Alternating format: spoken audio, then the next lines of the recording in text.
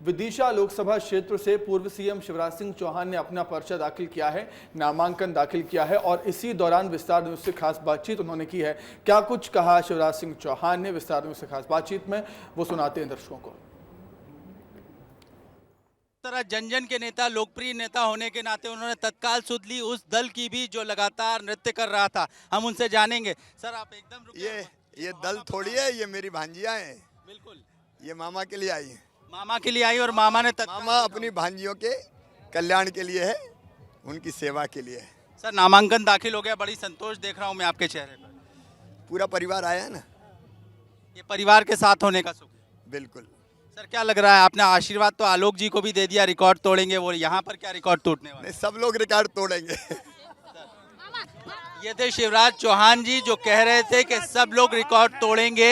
उन्होंने जो है कहा है ये भी कि भांजियां हैं, पूरा परिवार है, इस बात की तसल्ली है उनके साथ और इसी बात का उनके चेहरे पर संतोष भी दिखाई दे रहा है। श्याम सिंह तोमर, कैमरा पर्सन दीपक के साथ, विस्तार न्यूज के लिए। जितेंद्र जी क्या कुछ कहना चाहेंगे पूर्व सीएम शिवराज सिंह चौहान के इस बयान पर कि सभी लोग रिकॉर्ड तोड़ने वाले हैं इस बार? निश्चित तौर पर शिवराज सिंह जी की बात उनकी पार्टी के लिए करना जायज है, लेकिन रिकॉर्ड तोड़ना ना तोड़ना ये तो जून में मालूम चल जाएगा आपको।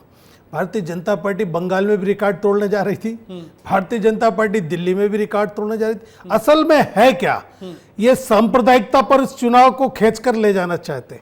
मिलन जी को आपने सुना, 2 सवाल के बाद तीसरे में राम मंदिर पर आ गए कि नहीं आ गए। तो मेरा ये कहना है कि आपके मुंह से ये बातें शोभा नहीं देती हैं। आपको कर्नाटक में क्या हुआ आपने देखा, हनुमान जी को लाके मंच पे बैठा दिया कि किसी तरीके से सवालों से बचा जा सके, लेकिन जनता सवालों पाड़ी रही। जनता ने कहा किसान कानून, किसान की आमदनी दोगुनी कब तक होगी, महंगाई बहुत हुई, महंगाई की मार अब की बार मोदी सरकार। क्या जवाब है आपके पास? 2 करोड़ लोगों को रोजगार देने की बात थी, ठीक क्या है, जवाब लेते हैं। मिलन भार्गव जी क्या जवाब देंगे रोजगार महंगाई को लेकर? सुमित भाई बड़ा ही दिलचस्प है अभी के जितेंद्र भाई कर्नाटक में चले गए। कर्नाटक की आप बात ला, जब ये लोग सरकार में आते हैं तो हिंदुओं को चिढ़ाना ऐसे ही नहीं, मैं कह रहा हूँ। आप देखिए कर्नाटक में सरकार बनाते हैं तो धर्मांतरण करने वाले जो कानून कड़े रूप से बना हुआ था उसको शिथिल करते हैं, उसको खत्म करने की दिशा में काम करते हैं ताकि आराम से जो जिहादी ताकतें हैं। अब जितेंद्र जी फिर कहेंगे कि आप कर्नाटक में चले गए, महंगाई रोजगार की बात नहीं करते, जवाब नहीं आएगा और आएगा तो पाकिस्तान से तुलना होगी। ठीक जी। और यही लोग जब गौ हत्यारियों की बात होती है तो कर्नाटक में गौ हत्यारियों को संरक्षण देने के खुले मन से इनके नेता खड़गे जी के बेटे बात करते हैं। और बेरोजगारी को लेकर जितनी बात और डीके कांग्रेस पार्टी हटती है, मैं आंकड़े गिनाता हूं, आप आंकड़े नोट करके रखिएगा जितने भाई वेरीफाई करिएगा।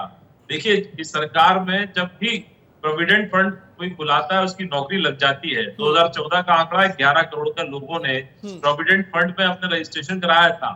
आज 2024 में बैठे 26 करोड़ लोगों के प्रोविडेंट फंड में खाते हैं, तो बताता है कि इस देश के युवाओं को रोजगार भी मिला है और उन्होंने अपने भविष्य को सुनिश्चित करने के लिए प्रोविडेंट फंड के अकाउंट भी खुलवाए हैं। तो ये आंकड़े हैं जो बताते हैं कि इस देश में बेरोजगारी की दर कम हुई है, हर प्रत्येक रोजगार देने वाले युवा ने स्वरोजगार भी स्थापित किया। प्रधानमंत्री मुद्रा योजना के माध्यम से अपने छोटे छोटे उद्योग डालकर लेकिन इस बार मिलन भार्गव जी रोजगार का कोई जिक्र नहीं है, रोजगार देने का, नौकरी देने का कोई जिक्र नहीं है।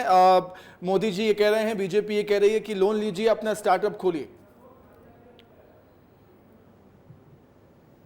देखिए सुमित भाई, लोन लेकर उनके सपने को साकार करना है। जो व्यक्ति, जो बच्चा बिल्कुल ये अपने गरीबों के खपड़े से निकलकर उद्योगपति बनने ये इसका एक अलग पहलू है, अच्छा पहलू है, इसका बिल्कुल अच्छा पहलू है, अलग पहलू है। मिश्रा जी क्या कुछ कहना चाहेंगे आप रोजगार देने की बात कर रहे हैं, लेकिन प्रधानमंत्री मोदी, बीजेपी ये कहती है कि रोजगार मत दीजिए, रोजगार आप दूसरों को दिए, ऐसा हम बनाएंगे आपको ताकि आप रोजगार दूसरों को दे सके। ये बहाना हो सकता है रोजगार न दे पाने का कारण। असल में है क्या, जब हम इस देश की संपत्तियों को बेचने का काम कर रहे हैं, वो रेल हो, भेल हो, गेल हो, सेल हो, सारी की सारी जब हम अपनी नवरत्न कंपनियों को बेचने का काम करते हैं तो निश्चित तौर पर नए रोजगार की बात ही नहीं हो सकती। इस देश में आपने जो वादे किए थे उन पर एक भी जवाब नहीं आता है। निश्चित तौर पर आप कहीं राम मंदिर कुछ कहना चाह रहे हैं लेकिन मैं ले नहीं पाऊंगा, मेरे पास समय की कमी है। जितेंद्र जी बहुत धन्यवाद आपका, मिलन भार्गव जी आपका भी बहुत शुक्रिया।